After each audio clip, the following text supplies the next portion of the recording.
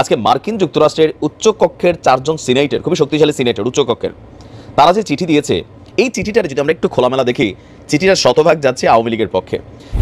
শেখ হাসিনার বিরুদ্ধে 182টি মামলা, এর মধ্যে 162টি মামলাই হত্যা। আইনি লড়াইয়ে মাঠে নামছে আওয়ামী লীগ। প্রয়োজনে বিদেশ থেকে আনা হবে আইনজীবী, এমনটাই জানিয়েছেন আওয়ামী লীগের একাধিক সিনিয়র নেতা।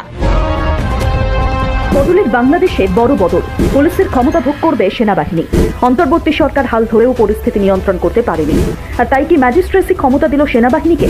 একবার ভাবুন তো, যে আওয়ামী লীগ সরকারকে জনগণ পছন্দ করেনি বলে এত আন্দোলন, এত কিছু করে সেই সরকারের পতন ঘটালো, তার মানে তো তাদের দাবি পূরণ হয়েছে। তারপরেও দেশটা এত অশান্ত কেন? এটা তো হওয়ার। সম্মানিত দর্শক, আসসালামু আলাইকুম। নতুন একটি নিউজ ভিডিওতে আপনাদের জানাচ্ছি স্বাগতম। এইমাত্র পাওয়া তাজা গরম খবর। প্রিয় দর্শক বন্ধুরা, জো বাইডেনের খোলা চিঠি পেয়েছে ডক্টর ইউনূস। ডক্টর ইউনূসের অবস্থা ভয়াবহ খারাপ হতে চলেছে, সেই সাথে আমেরিকা দাঁড়িয়েছে আওয়ামী লীগের পাশে। শেখ হাসিনা ফুলফিলভাবে সাপোর্ট পাচ্ছে জো বাইডেন, আমেরিকা, যুক্তরাষ্ট্র, জাতিসংঘের। তাহলে কি ডক্টর ইউনূসের পতন শুরু হয়ে যাবে এখনই? ডক্টর ইউনূস কি তাহলে বহিষ্কার হবে? আজকের এই ভিডিওতে আপনারা বিস্তারিতের মাধ্যমে সব কিছু দেখতে পারবেন। সেই সাথে দেখতে চলেছেন আজকের এই ভিডিওতে গলা চেপে ধরেছে রাশিয়ার ডক্টর ইউনূসের। চীন হাসছে, ভারত হাসছে, বাংলাদেশের অবস্থা কি হবে, সব কিছু থাকছে আজকের এই ভিডিওতে। ভিডিওটি স্কিপ না করে সম্পূর্ণ দেখে যাবেন, অনেক কিছু জানতে পারবেন এবং বুঝতে পারবেন। বেশি কথা বলবো না, আপনাদের বিস্তারিত ভিডিওতে নিয়ে যাবো। বিস্তারিত ভিডিওটি দেখার আগে একটা রিকোয়েস্ট থাকবে, যারা এখন এই চ্যানেলটি সাবস্ক্রাইব করে রাখেন, এই চ্যানেলটি সাবস্ক্রাইব করে দিয়ে পাশে থাকা বেল আইকনটি বাজিয়ে রাখুন। ইতিমধ্যে যারা সাবস্ক্রাইব করে দিয়েছেন সকলকে জানাচ্ছি অসংখ্য ধন্যবাদ। প্রিয় দর্শক বন্ধুরা, চলুন তাহলে এই ভিডিওতে একটি লাইক দিয়ে বিস্তারিত ভিডিওগুলো মোবাইলের স্ক্রিন থেকে কিরপর এক দেখে আসি। তুমি হাকিম হইয়া হুকুম করো, সর্প হইয়া দংশন করো, ওজা হইয়া যারো, পুলিশ হইয়া গ্রেপ্তার করো। গানটা আগে পিছে হয়ে গেছে, তবে আমাদের ভিডিওর প্রথমে আমরা একটা কুইজ খেলা আজকে খেলবো। এই চরিত্রটা পৃথিবীতে কোন রাষ্ট্রটির আছে, যারা নিজেদের রাষ্ট্র ছাড়া সারা পৃথিবীতে বসবাসকারী বাকি রাষ্ট্রগুলোকে, বিশেষ করে মুসলিম রাষ্ট্রগুলোকে অস্থিতিশীল রাখার জন্য একটা দেশে দুইটা টিম তৈরি করে, দুইটা টিমের মধ্যে একটা টিমকে হালকা সাপোর্ট করে, আবার পরবর্তী সময় আরেকটা টিমকে সাপোর্ট করে, আর এতে ওই দেশে একটা ভেজাল লাগেই থাকে।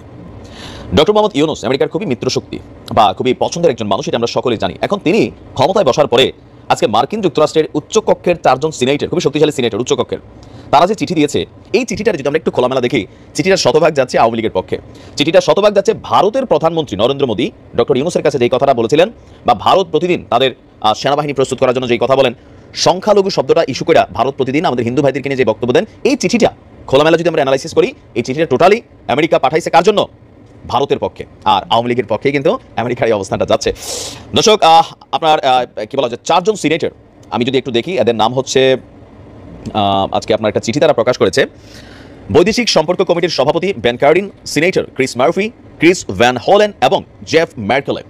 বাংলাদেশের রাজনৈতিক এবং প্রাতিষ্ঠানিক পরিবর্তন চেয়ে ব্যাপক বিক্ষোভের প্রতিক্রিয়ায় চিঠিতে গণতান্ত্রিক সংস্কার, জবাবদিহিতার জরুরি প্রয়োজনীয়তার উপর তারা জোর দিয়েছেন। এটা হচ্ছে পার্ট 1, এটা সুন্দর। দ্বিতীয় অংশটা থেকে ভেজাল শুরু হয়েছে। সিনেটররা হিন্দু সম্প্রদায়ের উপর হামলার জন্য, পাশাপাশি কক্সবাজারে আশ্রয় নেওয়া রোহিঙ্গাদের উপর হামলার জন্য দায়ীদেরকে জবাবদিহিতার আওতায় আনতে কঠোর আইন প্রয়োগ এবং দ্রুত পদক্ষেপ নেওয়ারও আহ্বান জানিয়েছেন। এই জায়গা থেকে শুরু হয়েছে তাদের এই চিঠির অ্যালার্জেটিক যেই অবস্থানটা আছে। এর পাশাপাশি আরেকটা অংশ তারা লিখছে যে বাংলাদেশে যখন অনেকে এই নতুন অধ্যায়টি উদযাপন করছে, তখন এই উদযাপনের একটি উল্লেখযোগ্য পরিমাণ সহিংস হয়ে উঠেছে। তো এই সহিংসতাটা কার বিরুদ্ধে? ছাত্রলীগ, যুবলীগ, আওয়ামী লীগের বিভিন্ন, যারা এতদিন বাংলাদেশে একটা প্রেক্ষাপট ছিল যে ছাত্র শিবির শুনলেই ছাত্রলীগ মারতো, পুলিশের কাছে ধরাই দিত, এখনই কিন্তু বর্তমানে যে হত্যাকাণ্ডগুলো হচ্ছে আপনি দেখবেন যে একই দৃশ্যপট এখানে দেখা যাচ্ছে। তো তারা সেই জিনিসটাকে কাউন্টার করে বলছে যে আপনার পুলিশের পাশাপাশি পুলিশের উপর যে হামলা হচ্ছে সেটা তারা মেনশন করেছে সংখ্যালঘু হিন্দু সম্প্রদায় এবং শেখ হাসিনা সরকারের সমর্থক বলে মনে করা প্রতিশোধের নথিভুক্ত প্রতিবেদন রয়েছে। তার মানে মার্কিন যুক্তরাষ্ট্র বিষয়গুলোকে দেখছে যে আওয়ামী লীগের সমর্থক বললে অনলাইনে যেমন আপনারা গালাগালি করেন, অফলাইনে যাদের হাতে ক্ষমতা আছে, যারা বিভিন্ন দলের, তারাও কিন্তু একটা সহিংস মেন্টালিটিতে আপনার অবস্থান নিয়ে নিয়েছে। বাট ইউনূস সরকারের জন্য হয়তো খুব বেশি পারছে না, কিন্তু এগুলো আমেরিকা ফোকাস করতেছে বসে বসে। ঠিক একই বক্তব্য আপনার 5ই আগস্টের আগে বিএনপির পক্ষে কিন্তু আপনার আমেরিকা দিত। তো ফলস্বরূপ তারা বলছে যে দেশে আইন প্রয়োগের ফাঁকফোকর এবং হিন্দু সম্প্রদায়ের সদস্য, রোহিঙ্গা শরণার্থী সহ সহিংস হামলার মুখোমুখি হওয়া ব্যক্তিদের সুরক্ষার অভাব দিয়েছে। আমরা আপনাদের এই হুমকি এবং সহিংসতার ঘটনাগুলোকে গুরুত্বের সঙ্গে নেওয়ার আহ্বান জানাচ্ছি, ঠিক যেমন বাংলাদেশে আশ্রিত মিলিয়নেরও বেশি রোহিঙ্গা জনগোষ্ঠীর প্রতি সমর্থন অব্যাহত রাখার আপনার সাম্প্রতিক প্রতিশ্রুতির প্রতি আমরা প্রশংসা করি। এখন আইনের ফাঁকফোকরে যে মামলা, এই ইস্যুটা তারা এখানে মেনশন করেছে যে মামলাগুলো যেগুলো হচ্ছে বেশিরভাগই আইনের প্রয়োগের ফাঁকফোকরটাকে ইস্যু করা হচ্ছে। এখন হিন্দুদের নিয়ে দেখেন যেই বক্তব্যটা তারা দিছে। আচ্ছা, বাংলাদেশে আমি বরাবরই বলি, আমরা বাংলাদেশে দুইটা টিম চিনি, বেশি হচ্ছে জয় বাংলা, এটা হচ্ছে বাংলাদেশ জিন্দাবাদ। এখন জয় বাংলা স্লোগানটা যেই দিচ্ছে, আওয়ামী লীগ ক্ষমতায় থাকাকালীন যারা জয় বাংলা বলে হিন্দু মুসলমান ডাজেন্ট ফ্যাক্ট সুবিধা নিচ্ছে, অন্যায় করছে, অত্যাচার করছে, সরকার পরিবর্তনের ফলে তারা কিন্তু বাটে পড়ছে। তো সেই বাটে পড়ার মধ্যে মুসলমানদের সংখ্যা আছে 99%, হিন্দু আছে 1%। বাট কোন হিন্দু? সাধারণ কোনো রকম রাজনীতির সাথে নাই, সাধারণ কোনো রকম ভেজালের সাথে নাই, এরকম হিন্দু নাকি যারা জয় বাংলা বলে এতদিন মাঠের মধ্যে গরম টরম করে ঘুরছে, আবার যখন আওয়ামী লীগ ক্ষমতায় ছিল বাংলাদেশ জিন্দাবাদ বলা লোকটা হিন্দু না মুসলমান দেখাকে নির্যাতন করা হয়েছে, বিএনপির মানুষ তারেক জিয়া তো দেশের বাইরে, খালেদা জিয়া জেল খাটছে, মির্জা ফখরুল ইসলাম, রুহুল কবির রিজভী সবাই তো ভাই আইনের ভেজালে পড়ছে। 2-1% হিন্দু যারা বাংলাদেশ জিন্দাবাদ বলছে বিএনপির, তারাও ভেজালে পড়ছে। হয়তো সারা বাংলাদেশে 100-র মধ্যে একটা ঘটনা ঘটছে যেখানে সাম্প্রদায়িক উস্কানিটা দিয়ে কোনো ঘটনা ঘটাতে চাইছে, বাট দেখেন আমাদের মাদ্রাসার শিক্ষার্থীরা, জামাত ইসলাম, বিএনপি সবাই আমরা মিলে এখানে প্রোটেকশন দিয়েছি। এরপরেও কিন্তু ভারত সরকার কথায় কথায় বলে বাংলাদেশে হিন্দুরা নিরাপদ না, জামাত ক্ষমতায় আসলে এখানে নানান ঘটনা ঘটবে। এই বিষয়গুলাই তাদের অন্যতম মিত্রশক্তি আমেরিকা এখন এই কথাগুলো বলছে। ভারত কিন্তু বরাবর এই কথাগুলাই বলছে যে বাংলাদেশে সেনা মোতায়েন করবে, বাংলাদেশে হিন্দুরা নিরাপদ না। এখানে ভারতের গণমাধ্যম, ভারতের সেলিব্রিটিরা কথা বলছে। ফাইনালি মার্কিন যুক্তরাষ্ট্র কিন্তু আবার একই বক্তব্য দিচ্ছে। এখন এই বক্তব্যগুলো এই মুহূর্তে ডক্টর ইউনূস সরকারের প্রতি একটা চাপ তৈরি করা। আর ওই যে প্যাচটা কোথায় লাগছে আমি বললাম না, চীন। প্যাচটা লাগাইছে চীন, কারণ চীনের প্রতি এই মুহূর্তে যে মুভমেন্টটা বাংলাদেশের পলিটিক্সের অথবা পাকিস্তানের সাথে বাংলাদেশের যে সুসম্পর্ক, এটা কিন্তু আমেরিকা পছন্দ করছে না, ভারত তো করতেছেই না। ভারত মুখে না বললেও এখন এই কথাগুলো আমেরিকা বলা শুরু করছে। আর এই প্রত্যেকটা জিনিসের পলিটিক্যাল অ্যাডভান্টেজ আপনি যদি দেখেন, এটা আওয়ামী লীগের পক্ষে যাবে। এখন মার্কিন যুক্তরাষ্ট্র আসলে কারো বন্ধু না, এরা চায় একটা দেশের মধ্যে দুইটা টিম বানাবে, একটা টিমের দিয়ে আরেকটা টিমের সাথে গুতাগুতি লাগাই রাখবে, আর এরা দূর থেকে এসে মাতব্বরগিরি করবে। শেখ হাসিনার বিরুদ্ধে 182টি মামলা, এর মধ্যে 162টি মামলাই হত্যার। সময়ের অপেক্ষা, আইনি লড়াইয়ে মাঠে নামছে আওয়ামী লীগ। প্রয়োজনে বিদেশ থেকে আনা হবে আইনজীবী, এমনটাই জানিয়েছেন আওয়ামী লীগের একাধিক সিনিয়র নেতা। ছাত্র জনতার অভ্যুত্থানের মুখে গত 5 আগস্ট ক্ষমতা ছেড়ে ভারতে চলে যান আওয়ামী লীগের সভাপতি এবং সাবেক প্রধানমন্ত্রী শেখ হাসিনা। এরপর থেকে একের পর এক করা হচ্ছে মামলা। দলের কেন্দ্রীয় নেতা থেকে শুরু করে উপজেলা পর্যায়ের হাজার হাজার নেতাকর্মীকে আসামি করে এসব মামলা দায়ের করা হয়েছে। দলীয় সূত্র মতে ক্ষমতা হারানোর পর থেকে মামলা আর হামলার ভয়ে দিন পার করছেন আওয়ামী লীগের নেতাকর্মীরা। যখন তখন বাড়িঘরে হামলার শঙ্কায় দিনাতিপাত করছেন তারা। দীর্ঘদিন ক্ষমতায় থাকা দলটির কেন্দ্রীয় নেতা থেকে শুরু করে তৃণমূলের নেতাকর্মীরা বাড়িতে অবস্থান করতে পারছেন না। কেউ কেউ আত্মগোপনে চলে গেছেন, কেউ কেউ দেশের বাইরে অবস্থান করছেন। যারা বাড়িতে থাকছেন রাত হলেই তারা অন্যত্র চলে যাচ্ছেন। হামলা থেকে বাঁচলেও রেহাই মিলছে না মামলা থেকে।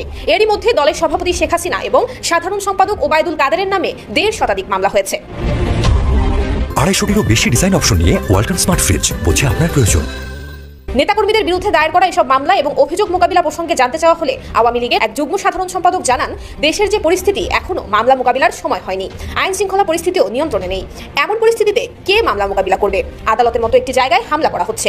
ব্যাপক নিরাপত্তা বেষ্টনীর মধ্যে যেখানে আটক নেতাকর্মীরা নিরাপদ নন, সেখানে আইনজীবীরাও নিজেদের নিরাপদ বোধ করছেন না। একের পর এক মামলা, এত মামলা কিভাবে মোকাবিলা করবেন জানতে চাইলে তিনি বলেন, আমাদের দলের নিজস্ব আইনজীবী রয়েছেন। শুধু ঢাকা নয়, প্রতিটি জেলায় দলীয় আইনজীবী রয়েছেন, আবার আইনজীবী নেতাও রয়েছেন, এমনকি দলের সমর্থন করেন এমন আইনজীবীও রয়েছেন। তাই মামলাগুলো তারাই লড়বেন। তবে এখন নয়, তারা প্রস্তুতি নিচ্ছেন, সময় হলেই আইনি লড়াই নামবেন। এদিকে গত 17 সেপ্টেম্বর আওয়ামী লীগের পক্ষ থেকে দলীয় নেতাকর্মীদের উদ্দেশ্যে একটি নির্দেশনা জারি করা হয়। সেখানে বলা হয়েছে, এখন পর্যন্ত যারা ক্ষতিগ্রস্ত হয়েছেন এবং হামলার শিকার হয়েছেন, যাদের বাসাবাড়ি কিংবা ব্যবসা প্রতিষ্ঠানে হামলা হয়েছে, তারা যেন নিজ নিজ থানায় অভিযোগ কিংবা সাধারণ ডায়েরি দায়ের করেন। কারণ হিসেবে সেখানে বলা হয়েছে, জাতিসংঘের মানবাধিকার কমিশনের তথ্য অনুসন্ধান দল এখন বাংলাদেশে অবস্থান করছেন। তারা গত 1 জুলাই থেকে 15 আগস্ট পর্যন্ত ঘটে যাওয়া সব ধরনের সহিংস ঘটনার তথ্য সংগ্রহ করবেন। দলের পক্ষ থেকে এই সুযোগ কাজে লাগাতে বলা হয়েছে। অভিযোগ না নিতে চাইলে সাধারণ ডায়েরি এবং সাধারণ ডায়েরি করতে না দেওয়া হলে জাতিসংঘের তদন্ত দলের কাছে দলীয়ভাবে অভিযোগ দেওয়ার কথা বলা হয়েছে। ওই ঘটনাগুলো ঘটেছে, তাতে অন্তর্বর্তীকালীন সরকার একদিকে প্রশ্নবিদ্ধ হয়েছে, বিতর্কিত হয়েছে, অন্যদিকে সরকারের জন্য নতুন বিপদের আলামত দেখা যাচ্ছে। ঢাকা বিশ্ববিদ্যালয় এবং জাহাঙ্গীরনগর বিশ্ববিদ্যালয়ে দুটো নৃশংস বর্বরচিত হত্যাকাণ্ড সংঘটিত হয়েছে। প্রায় একই সময় খাগড়াছড়ির দীঘিনালায় বাঙালি এবং পাহাড়িদের মধ্যে সংঘর্ষ শুরু হয়েছে। সেখানে এখন পর্যন্ত 4 জন নিহত হয়েছেন, শতাধিক আহত হয়েছে, পাহাড়িদের বাড়িঘর জ্বালিয়ে দেওয়া হয়েছে এবং এটা খাগড়াছড়ি থেকে এখন 3টি পার্বত্য জেলায় ছড়িয়ে পড়েছে। 72 ঘন্টার অবরোধ চলছে এখন সেখানে। এবং গতকাল শুক্রবার জুমার নামাজের সময় বাইতুল মোকাররম মসজিদের ভেতরে দুপক্ষের সংঘর্ষ হয়েছে। 5 আগস্টের পর যে খতিব পালিয়ে গিয়েছিলেন, তিনি ফিরে এসেছেন এবং তিনি দলবল নিয়ে ফিরে আসার চেষ্টা করেছিলেন। সেখানে সাধারণ মুসল্লিদের সাথে তাদের সংঘর্ষ হয়েছে। এই প্রত্যেকটি ঘটনা অন্তর্বর্তীকালীন সরকারের জন্য মহাবিপদের আলামত। কেন বলছি সেই আলোচনায় আসবো, তার আগে সাম্প্রতিক সময়ের কয়েকটি ঘটনার দিকে আলোকপাত করা হয়েছে। সর্বশেষ ঘটনাটি শুরু করে আমরা নিশ্চয়ই ইতিমধ্যে জেনে গেছি, শাহজালাল বিজ্ঞান এবং প্রযুক্তি বিশ্ববিদ্যালয় বৈষম্যবিরোধী ছাত্র আন্দোলনের সমন্বয় করা বিশ্ববিদ্যালয়ের প্রভিসি, প্রক্টর এবং শিক্ষকদের শপথ পড়িয়েছে। ভিডিওতে পরিষ্কার দেখা যাচ্ছে একটা স্ক্রিপ্টেড শপথ পড়ানো হচ্ছে। মোবাইল দেখে একজন সমন্বয়ক সেটা পড়ছেন এবং তার সাথে সাথে সুর মেলাচ্ছেন বিশ্ববিদ্যালয়ের প্রভিসি, প্রক্টর এবং শিক্ষকরা। অথচ পরবর্তীতে যখন গণমাধ্যম কর্মীরা তাদের সাথে যোগাযোগ করেছেন, তারা সেটা স্বীকার করেননি। ঠিক যেমনটা আমরা দেখেছি ছাত্রলীগের সাফাই গাইতে বিশ্ববিদ্যালয়ের প্রশাসন এবং বিশ্ববিদ্যালয়ের শিক্ষকদের, ঠিক একইভাবে বৈষম্য বিরোধী ছাত্র আন্দোলনের সমন্বয়কদের পক্ষে আমরা সাফাই গাইতে দেখছি শাহজালাল বিজ্ঞান এবং প্রযুক্তি বিশ্ববিদ্যালয়ের প্রফেসর, প্রক্টর এবং শিক্ষকদের, যারা শপথ পড়েছেন বৈষম্য বিরোধী ছাত্র আন্দোলন, অর্থাৎ ছাত্রদের কাছে যারা শপথ পড়েছেন তাদেরকে। যে মেরুদণ্ডহীন বিশ্ববিদ্যালয় প্রশাসন এবং বিশ্ববিদ্যালয় শিক্ষকদের আমরা দেখেছি আওয়ামী লীগের শাসনামলে, ঠিক একই প্রতিচ্ছবি আমরা এখন দেখতে পাচ্ছি। পরিষ্কার দেখা যাচ্ছে ভিডিওতে স্ক্রিপ্টেড একটা শপথ তাদেরকে পড়ানো হচ্ছে, কিন্তু পরবর্তী তারা সেটা স্বীকার করছে না এবং তারা বৈষম্যবিরোধী ছাত্র আন্দোলনের সমন্বয়কদের পক্ষে সাফাই গেছে। ঠিক এমনটাই আমরা দেখেছি ছাত্রলীগের সাথে বিশ্ববিদ্যালয়ের প্রশাসন এবং বিশ্ববিদ্যালয়ের শিক্ষকদের ক্ষেত্রে। কিছুদিন আগে ডিসি নিয়োগের সময় সচিবালয়ে বসে থেকে বৈষম্যবিরোধী ছাত্র আন্দোলনের একজন সমন্বয়ক তালিকা করছিলেন এবং সেই তালিকা অনুযায়ী নাকি ডিসিদের নিয়োগ দেওয়া হয়েছে। যে 56 জনের তালিকা তৈরি করা হয়েছিল তার মধ্যে ছাত্রলীগের পোস্টেড নেতাকর্মী, যারা একটা সময় ছাত্রলীগ করেছেন, ছাত্রলীগের নেতাকর্মী হিসেবে যারা পোস্টেড ছিলেন, তারা পরবর্তীতে সরকারি চাকরিতে এসেছেন, তারাও রয়েছেন সেই তালিকায়। কিন্তু এই তালিকাটা অ্যাপ্রুভ করছে একজন বৈষম্যবিরোধী ছাত্র আন্দোলনের সমন্বয়ক। এমনকি গণমাধ্যমে তিনি সেটা স্বীকারও করেছেন। সেই মন্ত্রণালয়ের সচিব পর্যন্ত স্বীকার করেছে বৈষম্যবিরোধী ছাত্র আন্দোলনের সেই সমন্বয়ক বিভিন্ন সময় সচিবালয়ে আসেন এবং তার নির্দেশনা অনুযায়ী, তার সাজেশন অনুযায়ী মন্ত্রণালয় কাজ করে। প্রশ্ন তৈরি হতেই পারে, বাংলাদেশে এখন কয়টা সরকার কাজ করছে? পাওয়ার সেন্টার আসলে কয়টা?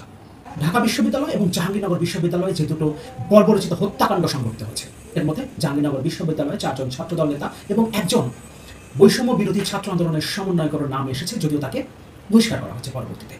কিন্তু এই ঘটনায় তো আমরা দেখেছি একটা সময় ছাত্রলীগের কোনো নেতা যদি কোনো অপকর্মে জড়িত হন, তখন ছাত্রলীগের পক্ষ থেকে বলা হয়েছে ব্যক্তির দায়, কোনো একজন নেতা বা কর্মীর দায় সংগঠন নেবে না এবং তারপর তাকে সংগঠন থেকে বহিষ্কার করা হয়েছে। ঠিক একই চিত্র কি আমরা এখন আবার দেখতে শুরু করেছি?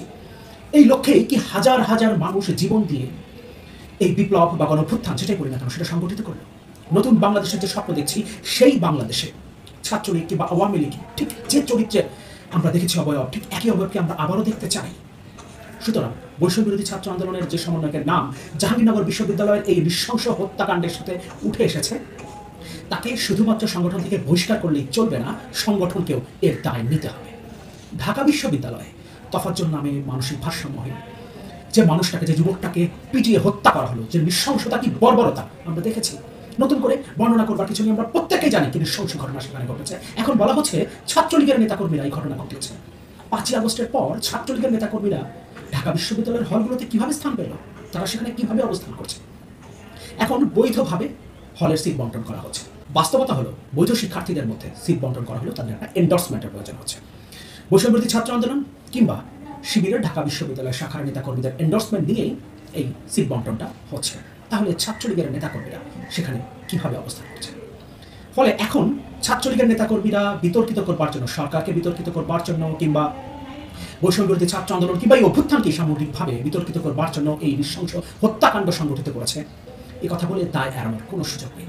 প্রথম প্রশ্ন হলো তারা কিভাবে বিশ্ববিদ্যালয়ে এখন অবস্থান করছে, এবং দ্বিতীয় প্রশ্ন হলো শুধু কি তারাই সেখানে ছিলেন?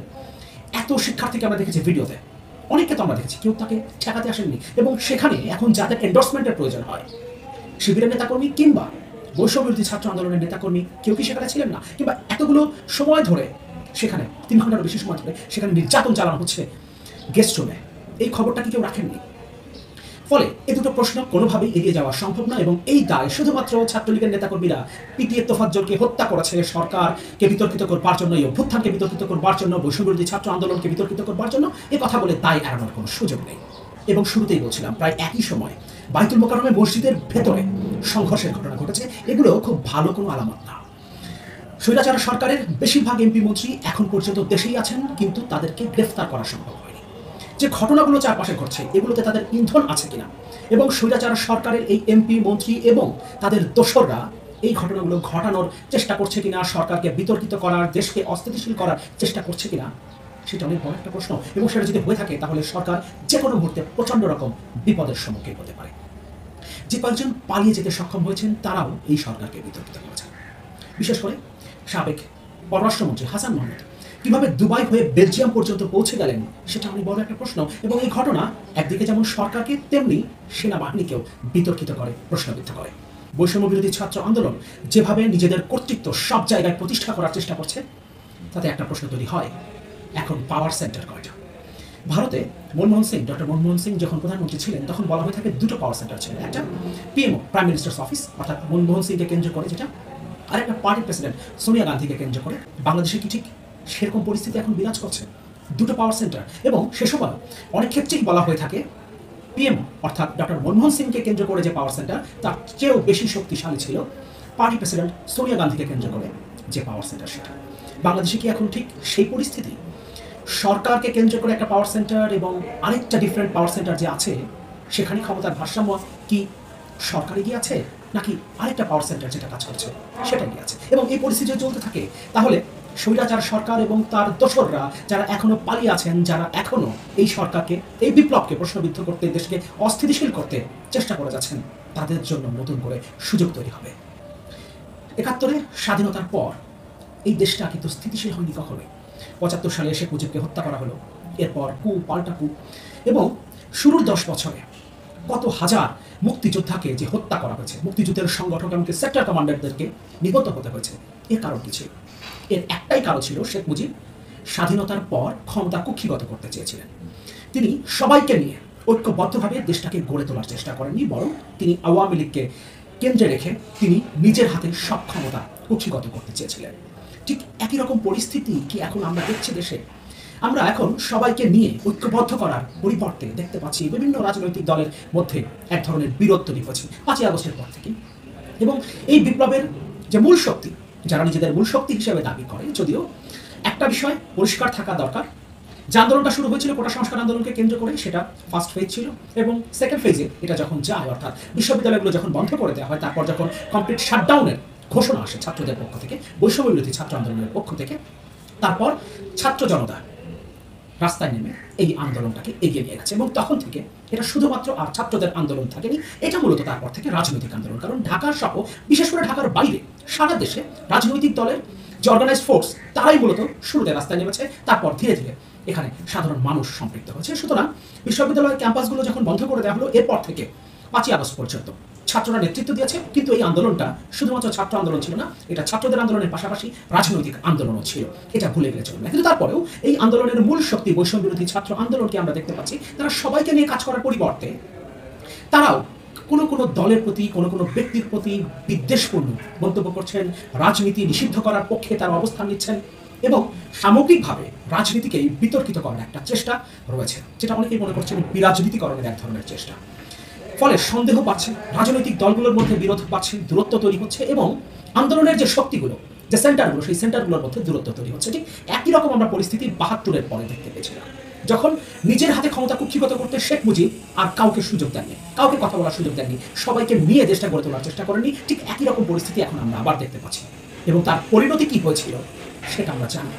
৭৫-এ 15ই আগস্ট, এরপর নভেম্বরের প্রথম সপ্তাহে দুটো ঘটনা, এবং তারপর আমরা ৮০, ৮১, ৮২ সাল পর্যন্ত যদি চিন্তা করি, তখন পর্যন্ত কু পাল্টা কু এবং একের পর এক মুক্তিযোদ্ধাদের হত্যা করা হয়েছে, বিভিন্ন ঘটনায় হত্যা করা হয়েছে, এবং দেশটা অস্থিতিশীল ছিল।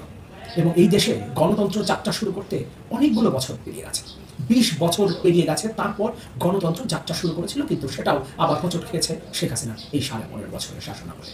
এই বিষয়গুলোকে অন্তর্বর্তীকালীন সরকার, রাজনৈতিক দল এবং বৈষম্য বিরোধী ছাত্র আন্দোলন সবগুলো পক্ষকেই অনুধাবন করতে হবে, এবং সবাইকে সাথে নিয়ে ঐক্যবদ্ধভাবে যে রিফর্মের কথাগুলো আসছে সেটা করতে হবে। অন্যথায় আমরা আবারও ব্যর্থ হব। কিন্তু এবার যদি আমরা ব্যর্থ হই, তাহলে এই দেশটা কোন পরিণতির দিকে যাবে সেটা আমরা এখন কল্পনা করতে পারছি না।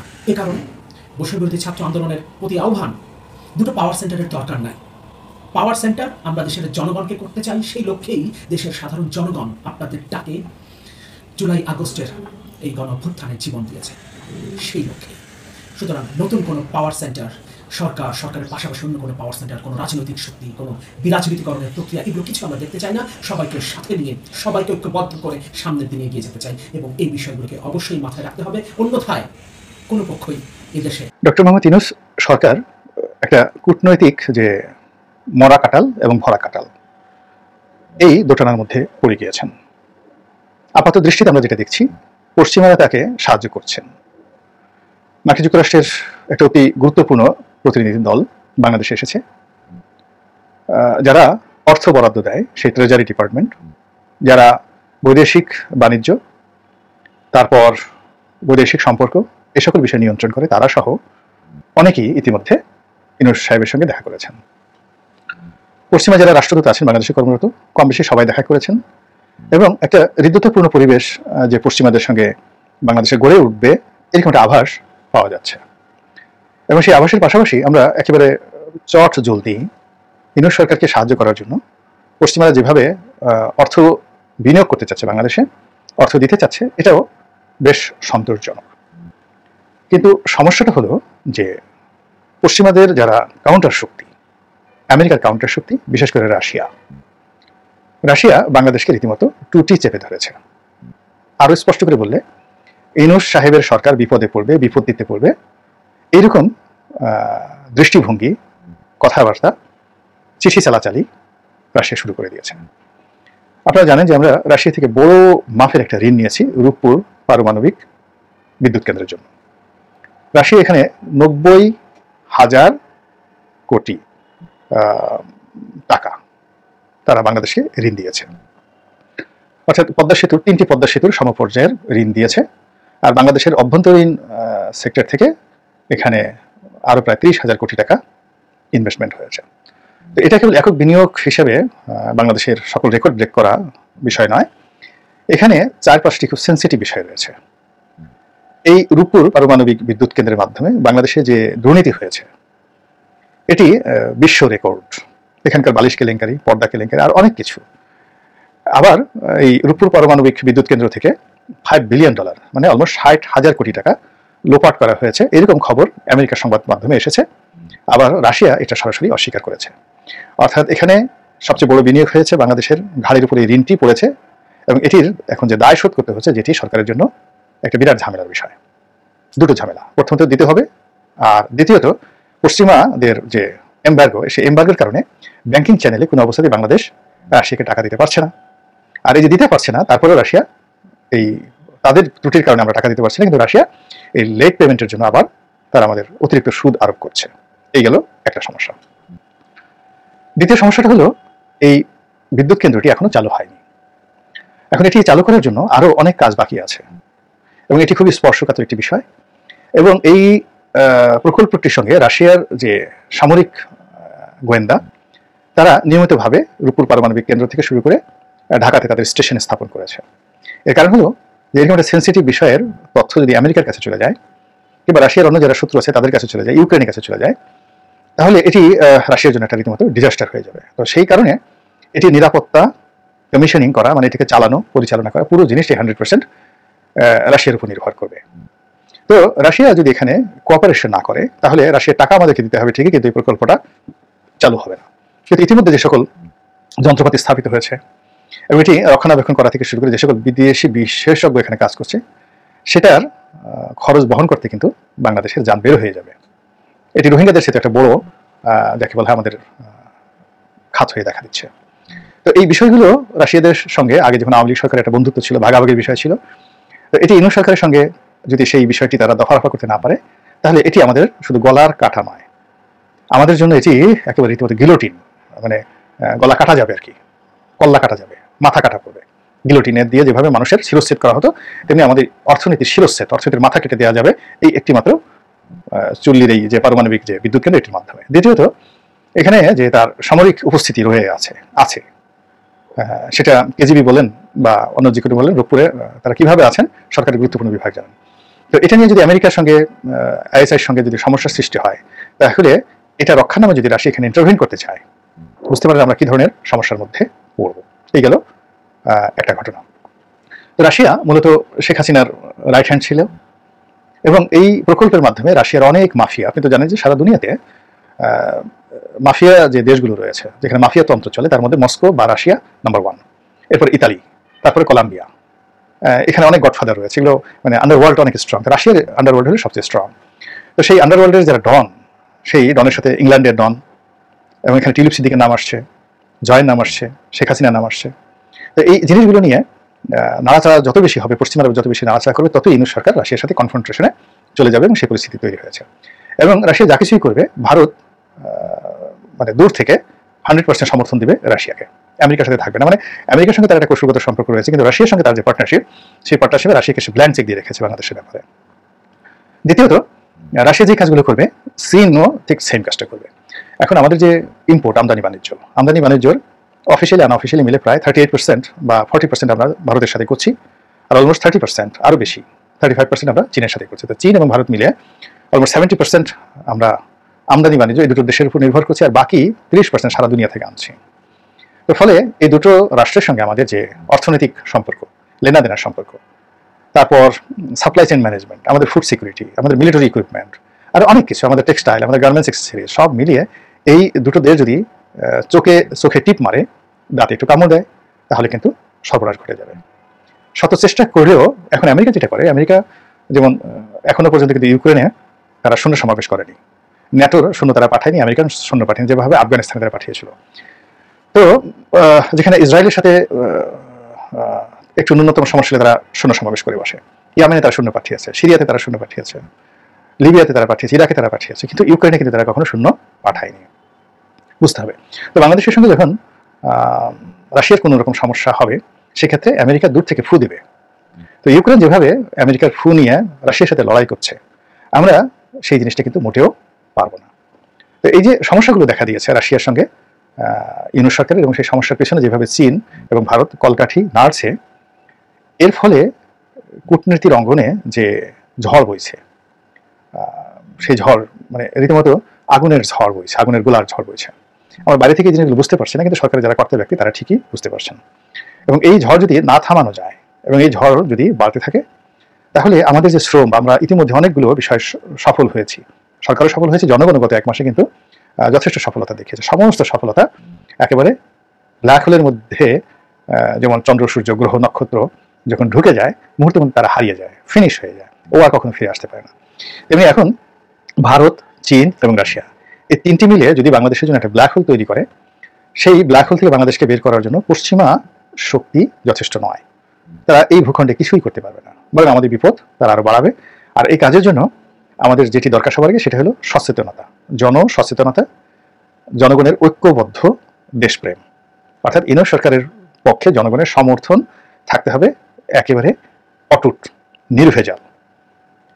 এর কারণ হলো যে কোনো কারণেই হোক না কেন, আমাদের দুর্বলতা, আমাদের কাপুরুষতা, আমরা এখন অনেকে সুপুরুষ হয়ে পড়েছি, কিন্তু 2014 থেকে আমরা শেখ হাসিনার ভয়ে আমাদের হাঁটু থরথর করে কাঁপতো, আমরা জবান খুলতে পারিনি, আমরা কোনো প্রশ্নের উত্তর খুঁজিনি, আমরা কোনো কিছু দেখতে চাইনি, বুঝতে চাইনি। এর ফলে কি হলো, আমাদের এই দেশ থেকে অন্ততপক্ষে 15 লক্ষ কোটি টাকা শেখ হাসিনা এবং তার সাঙ্গপাঙ্গরা বাংলাদেশ থেকে বের করে নিয়ে গেছে। এর মধ্যে আখতারুজ্জামান বাবুর ছেলে সাবেক ভূমিমন্ত্রী জাভেদ, একমাত্র জাভেদ $700 মিলিয়ন আল জাজিরা রিপোর্টে সে বিদেশে পাচার করেছে, $700 মিলিয়ন। তাহলে মানে 70 কোটি মার্কিন ডলার। আর 70 কোটি ডলারকে যদি 117 টাকা করে আপনি দেন, অলমোস্ট 8,000 কোটি টাকা এই বদমাইশ একা বাংলাদেশ থেকে পাচার করেছে। সালমান পাচার করেছে হাজার হাজার, অর্থাৎ জাভেদ যদি 8,000 কোটি টাকা পাচার করে থাকে, সালমান কত টাকা করেছে, অন্য সবাই মিলে কত টাকা করেছে। তো এভাবে সুইজারল্যান্ডের ব্যাংকগুলোতে, সিঙ্গাপুরের ব্যাংকগুলোতে, কানাডার ব্যাংকগুলোতে, আমেরিকার ব্যাংকগুলোতে এই যে মাফিয়া চক্র, তারা যে 10 থেকে 12 লক্ষ কোটি টাকা পাচার করেছে, আমরা এদের একটা পশমও এখনো পর্যন্ত স্পর্শ করতে পারিনি। তো সেই চক্রটি, অর্থাৎ এই যে 12 লক্ষ কোটি টাকা তারা দেশের বাইরে নিয়ে গেছে, they can spend this money against, বা 10 লক্ষ কোটি টাকা against doctor Muhammad Yunus, against you or me, even against our military. মানুষের সামনে 1 কোটি টাকা বস্তা ফেলে দিলে তো মানুষ পাগল হয়ে যায়, যে কোনো মানুষকে দিয়ে যে কোনো কাজ করানো যায়। আপনি এই যে দেখেন, এত কিছুর মধ্যে হাসান মাহমুদ এয়ারপোর্টে চলে গেছে, সে কি জন্য গেছে? টাকার উপর ভর করে গেছে, তারপর গেছে কিভাবে? এই যে আল জাজিরার রিপোর্টে দেখেন, ভূমিমন্ত্রী জাভেদ বাংলাদেশের সীমান্ত পাড়ি দিয়ে গেছে, এবং সে কিভাবে হাসি দিয়েছে। তাকে যখন একজন টেলিফোন করলো যে আপনি কি সীমান্ত পাড়ি দিতে পেরেছেন, বলছে হ্যাঁ আমি নিরাপদে পাড়ি দিতে চেয়েছি, পাড়ি দিতে পেরেছি, এবং সে যেভাবে হা হা হা হা করে হাসলো, বিজয়ীর হাসি। This is the power of black money. এটা আওয়ামী লীগের হাতে থাকুক, বিএনপির হাতে থাকুক, এরা টাকা আপনার হাতে থাকুক, সে যেখানে থাকুক না কেন, সাইবেরিয়াতে থাকুক, সাইপ্রাসে থাকুক, উগান্ডাতে থাকুক, বুরুন্ডিতে থাকুক, কিংবা ইথিওপিয়াতে থাকুক, সোমালিয়াতে থাকুক, does not matter, money works just like a monster. বিএনপির যে সকল দুর্নীতিবাজরা হাজার হাজার কোটি টাকা সেই বিএনপি জমানাতে ইনকাম করেছে, আওয়ামী লীগ তাদের একটা পশম স্পর্শ করতে পেরেছে? কাউকে হয়তো জেলে ভরে রেখেছে, কিন্তু জেলে তারা রাজাহালে ছিল। কেউ হয়তো এই আওয়ামী লীগ সরকারকে টেক্কা দিয়ে দুবাই চলে গেছে, দুবাইতে বিশাল, দুবাই, লন্ডন, আমেরিকাতে বিশাল অবস্থা তারা করেছে। এবং আমি জানি যে অনেক বিএনপি নেতা, জাস্ট একটা উদাহরণ দেই, বিএনপির জমানাতে একজন বড় মাফিয়া দুবাইতে থাকতো, তো তার বিরুদ্ধে হুলিয়া, তাকে সরকার ধরতে চায়, তো সেই লোকটা হঠাৎ করে একদিন দেখি জানলাম যে সে গোপনে ঢাকায় এসেছে, আবার ঢাকা থেকে চলে গেছে। তো আমি খুব আশ্চর্য হয়ে জিজ্ঞেস করলাম যে এটা কি করে সম্ভব। তো বললো যে মেট্রোপলিটন কমিশনার যখন আসাদুজ্জামান মিয়া ছিল, ওই বদমাইশটার সঙ্গে আসাদুজ্জামান মিয়ার একটা ব্যক্তিগত বন্ধুত্ব ছিল। স্বয়ং আসাদুজ্জামান মিয়া এয়ারপোর্টে দাঁড়িয়ে থেকে তাকে প্লেন থেকে নামিয়ে তার গাড়িতে করে এনেছে বাংলাদেশে, সে তার কাজকর্ম করে আবার সুন্দর করে সে দুবাইতে চলে গেছে। নাম জানতে চান, প্রমাণ জানতে চান, টু দি পয়েন্ট আমি বলে দেবো। তো বিএনপির এই সমস্ত পান্ডারা যারা বিএনপিকে ডুবিয়েছে তারা আওয়ামী লীগের আমলে যেভাবে আরামে ছিল, এখন আওয়ামী লীগের যাদের হাতে টাকা আছে, দুর্বৃত্তরা, আমরা এখন তাদেরকে 14 গোষ্ঠী উদ্ধার করছি, তারা এখনো অ্যাট দিস মোমেন্টে টিল নাও ওই রাজার মতোই আছে। আনিসুল হক, সালমান এফ রহমান, গিয়ে দেখেন, আপনাদের যদি ক্ষমতা থাকে জেলখানার মধ্যে গিয়ে দেখেন কিভাবে আছে, কিভাবে পোলাও খাচ্ছে, কিভাবে কোরমা খাচ্ছে। আমি জেলখানাতে গিয়ে আমি তো পুরো টাসখি দেখুন গেলাম। ও মাই গড, ঢাকা ক্লাবের খাবার, আমার ওজন বেড়ে গেল। ঢাকা ক্লাব থেকে খাবার যায়, কুরবানি থেকে খাবার যায়, রেডিসন থেকে খাবার যায়, সে কি খাবার, রাজকীয় খাবার। এরপরে তাদের স্ত্রীরা, মানে ওখানে অনেক আমি মাফিয়া ডন, তাদের স্ত্রীরা জেলখানাতে যায় এবং জেলখানার সেই জেলারের রুম ছেড়ে দেয় সেই স্ত্রীর সঙ্গে সময় কাটানোর জন্য। একান্তে অনেকের গার্লফ্রেন্ড যায় তাদের সঙ্গে সময় কাটানোর জন্য, জেলার তার রুম, নিজের রুম ছেড়ে দেয়। প্রিয় দেশবাসী, শুরু থেকে শেষ পর্যন্ত যারা এই ভিডিওটি দেখেছেন সকলকে জানাই অসংখ্য অসংখ্য ধন্যবাদ। যারা এরকম নিউজ ভিডিও পেতে পছন্দ করেন তারা অবশ্যই এই চ্যানেলটি সাবস্ক্রাইব করে পাশে থাকা বেল আইকনটি বাজিয়ে দিবেন। যারা এখন এই ভিডিওটি শেয়ার করেননি, এই ভিডিওটি দ্রুত শেয়ার করে সকলকে দেখার সুযোগ করে দিন। আজকের মতন এই পর্যন্ত, দেখা হচ্ছে পরবর্তী কোনো ভিডিও নিয়ে ইনশাল্লাহ।